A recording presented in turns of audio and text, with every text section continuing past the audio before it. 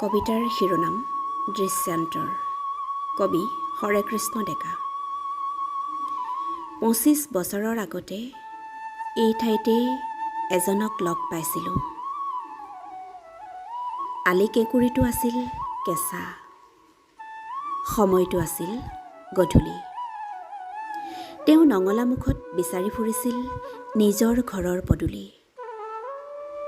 এটা পঁজা ঘৰ, আকাশ ধিয়াই কেইজোপামান কাকিনী তামোল, ঘৰৰ দাঁতিত আগলি বাঁহৰ নমিত নমস্কাৰ।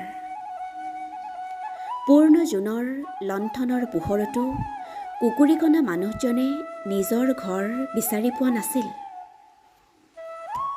ওচৰত সহায় সাৰথি কেও নাছিল। মই যেতিয়া হাতত ধৰি তেওঁক আগুৱাই দিছিলোঁ, কৈছিল, বৰ শান্তিত আছোঁ এই প্ৰজাতিত। আজি এই ঠাইতে লগ পালোঁ আৰু এজনক, বৃদ্ধ ন্যূব্জ দেহ। বয়সৰ চিন নোহোৱা হ'লে মুখত ২৫ বছৰ আগৰ শাইলা সাঁচ। ৭মহলীয়া ঘৰৰ বাহিৰত তেওঁ ৰৈ আছিল। ওচৰে পাজৰে আন কেইবাটাও অট্টালিকা, এটাতকৈ আনটোৰ ৰূপ চৰা। সন্ধ্যা ভগাৰ বহুত পাছতো মানুহ পিয়াপি দি ফুৰিছিল।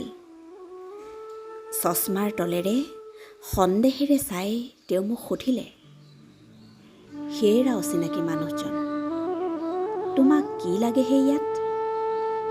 ভাড়াঘৰ বিচাৰি আহিছা? এই কুবেৰৰ মহলাত ক'ত পাবা, আৰু পালেও কি শান্তিত থাকিবা ইয়াত? মৰিলে দাহ কৰিবলৈও এজন মানুহ নাই। যশৰ পোৱালিহঁতে কাক কোনে চায়? এইবুলি কৈ তেওঁ ৭মহলীয়া ঘৰৰ ভিতৰলৈ সোমাই গ'ল। এই কংক্ৰিটৰ হাবিখনত তেওঁক বিচাৰি নাপালোঁ আৰু। বৰ অশান্তিৰে উভতি আহিলোঁ।